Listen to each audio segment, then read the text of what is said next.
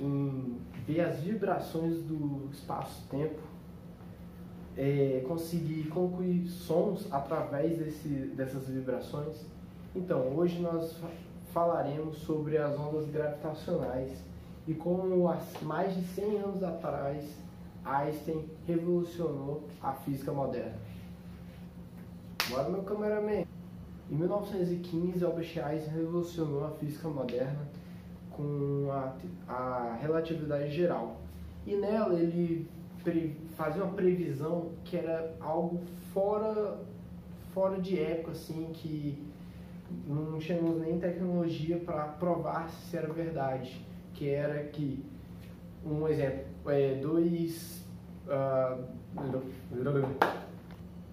em 1915, Albert Einstein revolucionou a física moderna com a teoria da relatividade geral. Tá certo? Tá certo. Mas, em 1915, Albert Einstein revolucionou a física moderna com a teoria da relatividade geral. Tá certo isso? Tá certo. Pausa, colher. Em 1915, Albert Einstein revolucionou a física moderna com a teoria da relatividade geral. Nela, ele conseguia prever que, por exemplo, dois buracos negros, se colidissem, haveria um choque de ondas. Só que, para a época, né, a gente está falando de uma época que é mais de 100 anos atrás, e não havia tecnologia para fazer experimentos que comprovassem essa teoria. E foi aí que, mais de 100 anos depois, e foi em apenas 2015, né, meio até poético, que foi exatamente 100 anos depois, o Observatório LIGO captou ondas gravitacionais por causa de uma colisão de dois buracos negros, comprovando assim que a teoria não era só uma teoria, era uma verdade, né? E, né, esse é só o começo. Vamos falar mais de como foram feitos os experimentos da época e como foram feitos os cálculos, né? A parte mais legal, mas também a parte mais difícil. E eu deixo o próximo bloco com a Clara. Tchau, tchau. Depois de todo esse debate entre os cientistas sobre a origem e a existência das ondas gravitacionais, e depois de um século da teoria prevista por Einstein, que os cientistas conseguiram desenvolver realmente um equipamento, um detector sensível o suficiente capaz de provar a existência dessas ondas, né? O que seria o Laser Interferometer Gravitational Wave Observatory. Mas, voltando um pouco no tempo, isso se concretizou mesmo pela curiosidade de Joseph Weber, que na verdade, começou o projeto dos detectores de ondas gravitacionais através das hoje conhecidas como barras de Weber, que seriam, na verdade, cilindros de materiais particularmente metálicos que, quando a onda gravitacional atravessasse elas, causaria uma vibração, fazendo com que elas fossem detectadas. O princípio dele seria que, ao essas ondas gravitacionais passarem por esses grandes cilindros metálicos, as ondas causariam uma deformação nesse material, ou um esticamento ou uma compressão, fazendo com que elas fossem detectadas. E em 1969 ele detectou sua primeira onda gravitacional. E depois disso, ele começou a detectar várias ondas gravitacionais. E tipo, como assim ele estava detectando todo dia uma, né? Era bom demais pra ser verdade. Então, os cientistas começaram a desconfiar e ter muita dúvida sobre a validade desse experimento dele. Em 1970, essas dúvidas foram fortalecidas por muitos cientistas, porque eles começaram a realizar suas próprias experiências com suas próprias barras de Weber e notaram que estava acontecendo um erro, porque não dava para medir essa pequena variação da onda gravitacional com os aparelhos que eles tinham na época, né? Então, eles entraram em um consenso que o experimento de Joseph Weber estava errado e que isso podia ser devido a alguma falha do código dele para detectar essas ondas gravitacionais que ele estava captando. E foi somente 4 anos depois, em 1974, que eles descobriram uma evidência indireta da existência das ondas gravitacionais através de um sistema binário, da observação de sistemas. Foram os cientistas Russell Alan Hus e Joseph Hutton Taylor Jr. que descobriram os primeiros pulsares binários, que na verdade são estrelas de nêutron que estão em uma rotação tão rápida que começam a orbitar em torno de uma estrela mais próxima, fazendo com que seja em uma velocidade tão alta essa orbitação que elas emanam rajadas rápidas e regulares de ondas de rádio. E esses períodos de pulsares se relacionam com o efeito Doppler, que foi o que eles descobriram. E isso fez com que eles ganhassem o Prêmio Nobel de Física de 1990.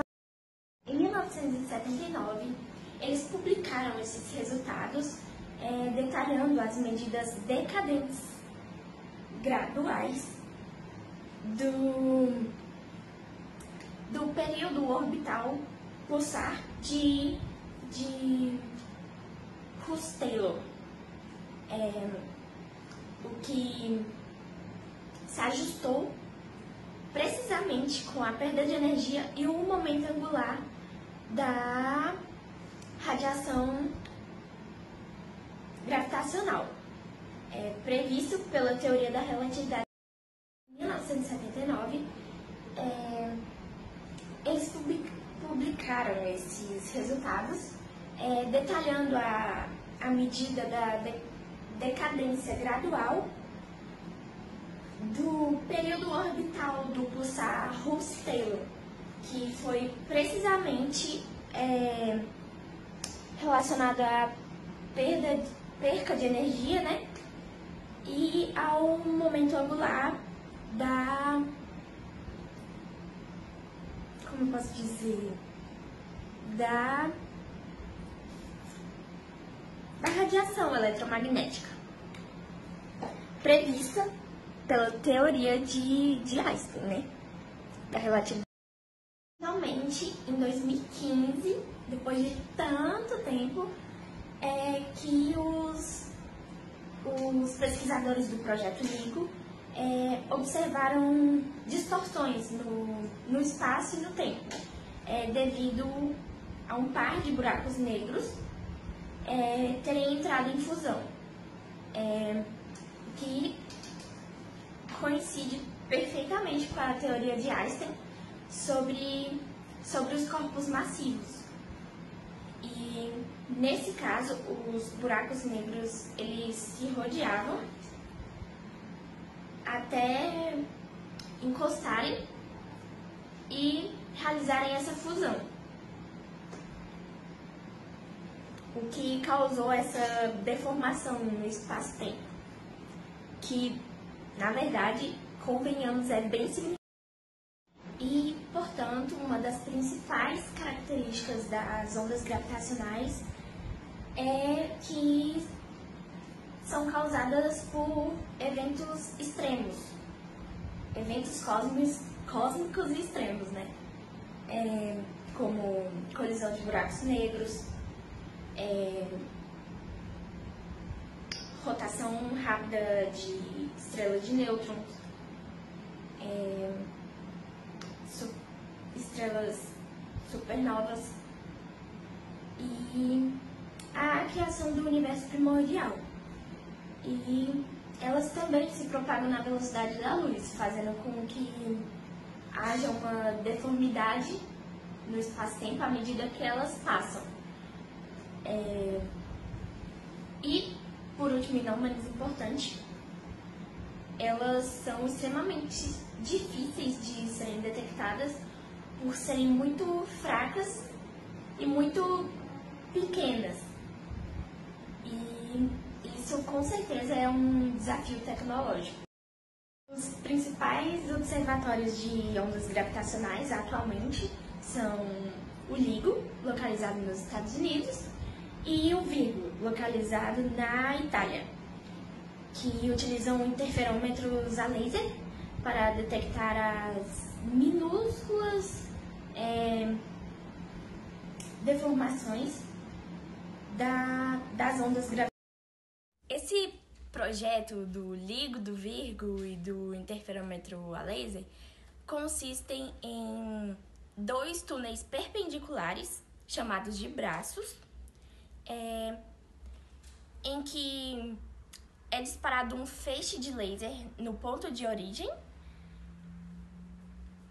até a extremidade desses braços, desses túneis, em que tem um espelho de alta precisão, em que eles refletem o laser e retornam ao ponto de origem. Quando uma onda gravitacional é detectada, ela modifica o comprimento desse túnel e faz com que o laser demore um pouco a chegar. E é assim que se detectam as ondas gravitacionais. Tem também a principal dificuldade enfrentada por eles, né, que é a questão dos ruídos, que qualquer pequena instabilidade pode causar uma variação nos resultados, né, dado que o equipamento é extremamente sensível e eles, inclusive, até utilizam técnicas mais específicas para conseguir alcançar esse isolamento para uma melhor detecção das ondas gravitacionais. E essas técnicas consistem em uso de tubos a vácuo, um sistema de suspensão para os espelhos e também filtros para conseguir tirar o isolamento da vibração, né? E os lasers também são de alta potência para conseguir detectar ondas gravitacionais mais fracas e mais sensíveis também. E essa é uma das dificuldades desses projetos atualmente.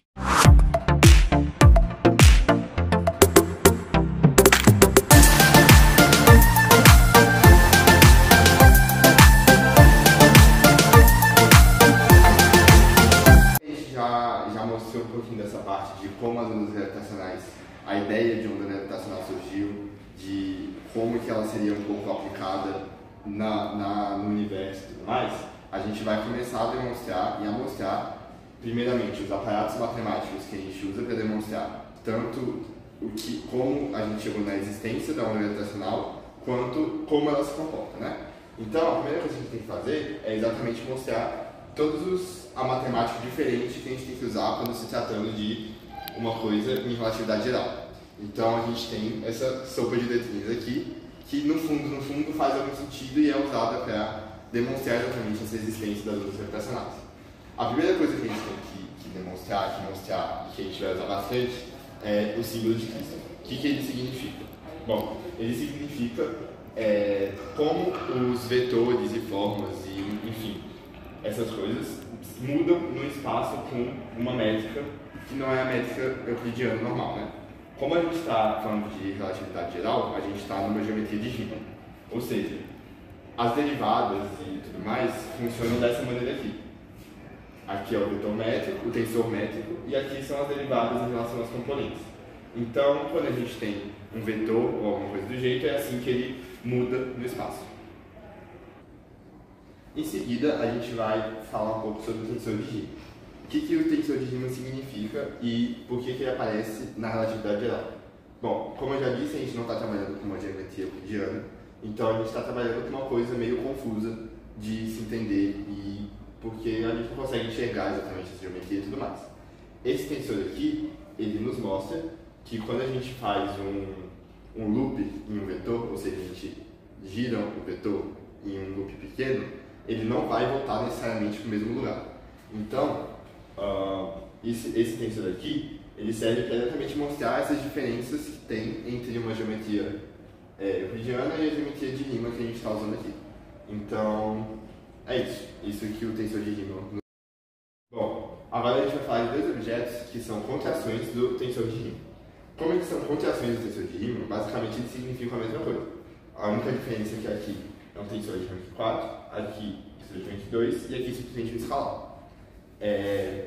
Como eles são, esses dois objetos aqui são contrações do tensor de Riemann, eles falam também, assim como o tensor de Riemann, um pouco sobre como a curvatura do espaço é e tudo mais. O tensor e a curvatura escalar, o tensor de Ricci e a curvatura escalar, eles focam um pouco mais sobre como é meio que a média dessa variação da curvatura em torno de algum ponto. Então, eles nos dão mais especificamente como é a curvatura em torno de um ponto. Então, agora a gente vai falar um pouco sobre a identidade de Bianchi, que é basicamente uma relação entre o tensor de Ricci, a curvatura escalar e a métrica do nosso espaço. E, como o tensor de Ricci e a curvatura escalar são contrações do tensor de Riemann, também fala um pouco sobre como o tensor de Riemann se comporta no espaço. Basicamente, o que essa relação quer nos dizer é que essa relação aqui, ela é constante no espaço, que é exatamente o gradiente, como se fosse o gradiente dessa relação. Depois, a gente vai definir essa relação aqui como tensor de Einstein, que é um tensor muito importante na hora que a gente vai definir as equações de Einstein. Agora a gente vai começar a definir algumas relações entre a mecânica newtoniana. Agora a gente vai tentar começar a relacionar a mecânica newtoniana com a mecânica relativística e a teoria da relatividade geral de Einstein. A primeira dessas coisas que a gente tem que fazer é relacionar o potencial gravitacional da mecânica newtoniana com alguma coisa parecida na mecânica relativística. Como que a gente faz isso? A gente define esse tensor energia-momento, que ele nos dá exatamente essa relação de energia potencial. Por quê? A energia potencial da mecânica newtoniana é a distribuição de massa no espaço, e densidade e tudo mais. Isso nos dá a energia potencial gravitacional em Newton, né? Em Einstein, na relatividade geral, a gente define esse tensor energia-momento, que ele nos dá exatamente como a massa e a radiação se distribuem no espaço, gerando como se fosse energia potencial. Essa relação aqui nos dá exatamente, assim como na mecânica newtoniana, a conservação local de energia e momento, quando a gente não tem coisas atrapalhando isso, né? Então já é mais uma relação da mecânica relativística com a mecânica newtoniana. Agora a gente vai chegar na parte principal da nossa teoria, que é a equação de Einstein, que é o que vai ser resolvido para chegar em como as ondas gravitacionais se comportam e a existência delas, né? Basicamente, essas relações aqui vieram como eu tinha dito antes, da relação entre a mecânica newtoniana e a mecânica relativística. Essa primeira relação aqui é o que seria mais imediato, que seria a equação de campo imediata para essa relação entre a mecânica newtoniana e a mecânica relativística. No entanto, como esse tensor aqui é conservado, a gente estaria dizendo que esse tensor também é conservado, e a gente não pode afirmar isso. Então, a gente tem que fazer essa mudança aqui, dessa relação até essa, para a gente chegar numa coisa que seja mais satisfatória e não tenha só soluções triviais e tudo mais. Então, essa daqui é a equação de Einstein principal, entre aspas, que nos dá exatamente o comportamento das ondas gravitacionais, da métrica e todas essas coisas que vem na mecânica relativista. Bom, gente, agora que a gente já tem toda a matemática necessária, a gente vai usar aquelas equações para poder linearizar a equação de Einstein. Então, aqui a gente tem essa métrica, que é do espaço das ondas gravitacionais, a métrica de Minkowski, e aqui é uma pequena massa que foi adicionada para causar pequenas perturbações. Então, é como se essa métrica se aproximasse da de Minkowski, porque aqui é muito pequena. Aqui a gente pode contrair os índices e aí vai ter essa relação aqui que a gente vai usar para linearizar. Bom, então primeiro a gente vai usar essa equação para poder linearizar o tensor de Riemann e ele vai ficar com essa forma. Essa equação aqui é o tensor de Einstein linearizado. Bom, todas essas linearizações servem para a gente passar de um espaço mais complexo para um espaço mais simples e mais fácil de fazer as contas, mais fácil de entender. Bom, agora a gente vai fazer essa condição de calibração de Lorentz para poder simplificar ainda mais o problema. A gente vai mudar o referencial aqui por causa dessa equação e aí as perturbações vão ficar constantes nesse novo referencial. Então, bom, agora para simplificar ainda mais o problema, a gente vai usar essa condição de calibração de Lorentz e vai usar ela para mudar de referencial sem mudar as medidas físicas. Com essa mudança de referencial, as perturbações vão ficar constantes e o Dalambertiano da função vai ser exatamente isso aqui. Bom, a partir daqui a gente já pode falar que isso é uma onda, que é gerada por essa massa que é botada, que foi o que a gente falou nas contas matemáticas. Bom, agora a partir desse momento a gente já pode falar que isso é uma onda. Aqui a gente ainda não podia por causa desse termo todo. Aqui já podemos. E essa onda foi gerada por esse termo aqui, que é uma massa que a gente colocou e gerou as ondas gravitacionais. Bom, agora a gente vai falar de como essas ondas se comportam no vácuo. Para isso, o tensor momento-energia vai ser zero. Então, aqui a gente tem zero. A solução dessa equação é dada pela parte real de uma transformada de Fourier. E a partir daqui, a gente vai ter o tensor de amplitude da onda. Com essa amplitude, a gente pode achar essas condições. Aqui o número de onda, aqui é um observador detectando a onda, e aqui a gente impõe que essa onda está dentro de uma métrica de Minkowski. Muito bem, nosso objetivo agora é dar um caráter matemático sobre a interação das ondas gravitacionais com a matéria. Nos valendo do nosso tensor de onda gravitacional, que é o tensor de perturbação, sabendo que as componentes dele são H1 e H12, que correspondem à polarização da nossa onda gravitacional, que se propaga no eixo Z, definido anteriormente.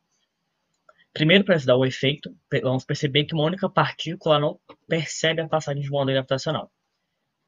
Para demonstrar, a gente vai usar a noção de um quadrivetor velocidade, né, ou um vetor quadrivelocidade, que ele é definido dessa maneira, e também sabendo que uma partícula livre obedece à equação da geodésica, definindo a equação da geodésica definida dessa maneira.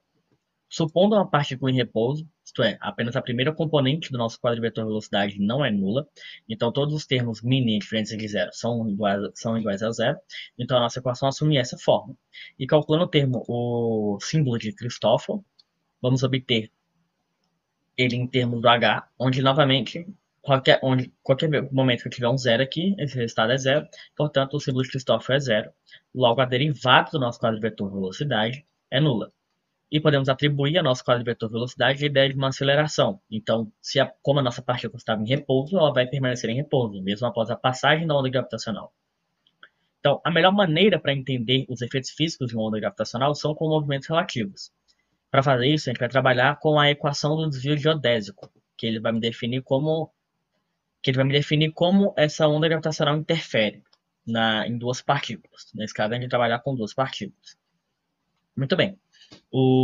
Sendo essa equação, a equação do desvio geodésico, definida pelo tensor de Riemann, onde, como já vimos, o tensor de Riemann, quando na aproximação de um campo fraco, ele é descrito dessa maneira, e o símbolo de Christoffel, também no campo fraco, é definido dessa maneira. Muito bem. Substituindo o símbolo de Christoffel, né, no tensor de Riemann e o tensor de Riemann na equação do desvio geodésico, nós obtemos a seguinte equação, em termos de mi, ni, alfa e dos termos mudos. Muito bem. O que queremos fazer? Vamos novamente considerar essas duas partículas em repouso. Então, o quadrivetor velocidade delas é 1, componente vetorial, o 0, né? É 1 e todos os outros são nulos. Muito bem. Então, novamente, onde mi igual a 0 e ni igual a 0, e os outros termos são nulos. A equação, então, essa equação, então, assume essa forma, abrindo os termos, e sumindo com os termos que onde eu tenho H0, eu vou obter essa forma da equação, excluindo os termos não nulos, perdão. Abrindo os termos da equação anterior, então vamos abrir para alfa igual a 0, 1, 2 e 3. Para alfa igual a 0, vemos que a equação ela é 0. Para alfa igual a 1 e alfa igual a 2, que são as direções x e y, no nosso caso, vemos que não é nulo e depende das derivadas segundas temporais das componentes do nosso tensor. E para o caso E3, a gente vai ver que isso aqui é nulo. Ou seja, mais uma vez, uma onda que se propaga na direção do eixo Z não realiza efeitos no eixo Z da nossa partícula. Somente vão ter variações provocadas no eixo X e Y. Muito bem. Verificando como H1 e H2 eles perturbam, eles vão causar perturbações, eles afetam as nossas partículas, isso dá a relação da sua polarização com isso, com esse movimento. Então, primeiro vamos para H11. Então, vamos definir a derivada temporal segunda, que é H12, como sendo nulo. Dessa forma, a gente dá o movimento essa flutuação provocada pelo nosso H1. Muito bem, como os termos H12, a derivada segunda deles, são nulos, então essa equação assume essa forma. Onde, novamente, se formos olhar o resultado visual disso, quando H1 ele é positivo, então em X vai ser realizada uma dilatação, enquanto em Y será realizada uma contração. E se H1 for negativo, essa relação se inverte, então em X eu vou ter uma contração e em Y eu vou ter uma dilatação das posições, né, das nossas partículas. Isso aqui é relacionado com um anel de partículas, para melhor visualização. E essa polarização, H1, a gente vai chamar ela de H+, que ela realiza flutuação exatamente no nosso eixo que a gente definiu.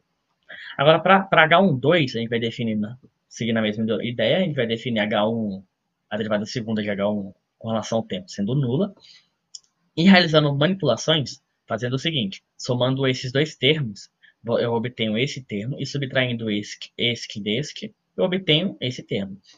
Muito bem. Dessa maneira, a gente vai perceber que essa polarização ela é diagonal com relação ao nosso sistema. Então, quando H12 ele é positivo na direção do eixo y igual a x, né, da reta y igual a x, eu vou ter uma dilatação, e na y igual a menos x eu vou ter uma contração, observado nessa forma. E o contrário, quando H12 é negativo, então essa relação se inverte, e em y igual a x eu vou ter uma contração, e em y igual a menos x eu vou ter uma dilatação. E essa polarização vamos chamá-la de HX, que é uma polarização cruzada. Sendo assim, o nosso tensor de perturbação, como já vimos, assume essa forma. Então é assim que a gente define como um formalismo matemático para como as ondas gravitacionais interagem com a matéria, como ela pode ser percebida, né? Como ela pode ser medida de uma maneira, por exemplo.